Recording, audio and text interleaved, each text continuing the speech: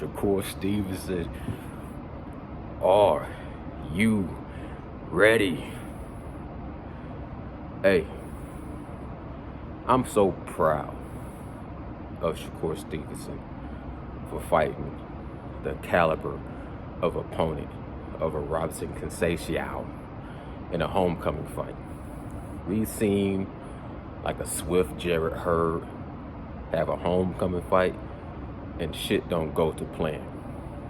Against Julius J. Rock Williams, we've seen Josh Taylor, an undisputed champion, just finished having a dominant performance against Ramirez, go home in his backyard, showcase homecoming fight against Jack Catterall, and gets a somewhat gifted decision. Robson Conceição had a great performance against Oscar Valdez, and that was supposed to have been Oscar Valdez's showcase fight because he just came off of a tough fight where he dominated Miguel Berchelt, knocked him out on the back foot with a mean uppercut, if I recall correctly. Now Shakur Stevenson dominated Oscar Valdez on every single level, just dominated him. You know what I'm saying? And Shakur Stevenson stopped Jamel Herring, dominated Jeremiah Nakatilya. Had a little bit of criticism for not, you know what I'm saying, going in there a little bit more, seek and destroy, track your man down, stop your man, get him out of there. But he turned out all around when he fought against Jamel Herring and then put on a dominant performance against Oscar Valdez.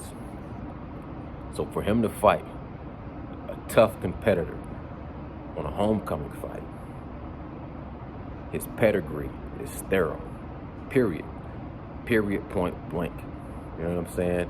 And then he has the young breeds, the young guns, Shushu and Keyshawn, and they both have decent fights on their hands as well. But my thing is this: when I do my assessment of Robson Conceição, I'm gonna look at his best performance. His best performance was against Oscar Valdez. But what he showed me in that fight was that he couldn't stay consistent for the whole 12 rounds. First 4.5, first 5 rounds, everything was working. Stayed behind his jab, worked well upstairs, was sharp and crispy, downstairs was sharp and crispy, pinpoint accuracy, was working the hooks. You know what I'm saying? His defense was decent, his footwork was everything was on point, was marvelous. But then he started to show cracks. First he started to showboat, and he was celebrating before he had his neck out the guillotine, which is a good way to get decapitated. Secondly, he started to fatigue. Everything that was nice and tight and sharp started to get loose and dull. His guard started to come down.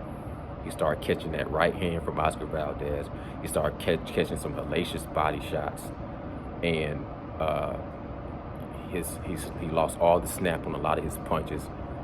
His work rate slowed down, and the thing is, Oscar Valdez was putting physical pressure on Robson Conceição. Shakur Stevenson doesn't put as much physical come forward pressure. He puts a lot of mental, cerebral pressure. So I still wonder if that's going to allow for Robson Conceição to have a better second half against Shakur Stevenson. You know what I'm saying? And also, will it conflict Shakur? Is it too many people going back and fighting in front of your hometown crowd? Is it too many people pulling you in too many different directions for you mentally to stay focused and dialed in to the task at hand?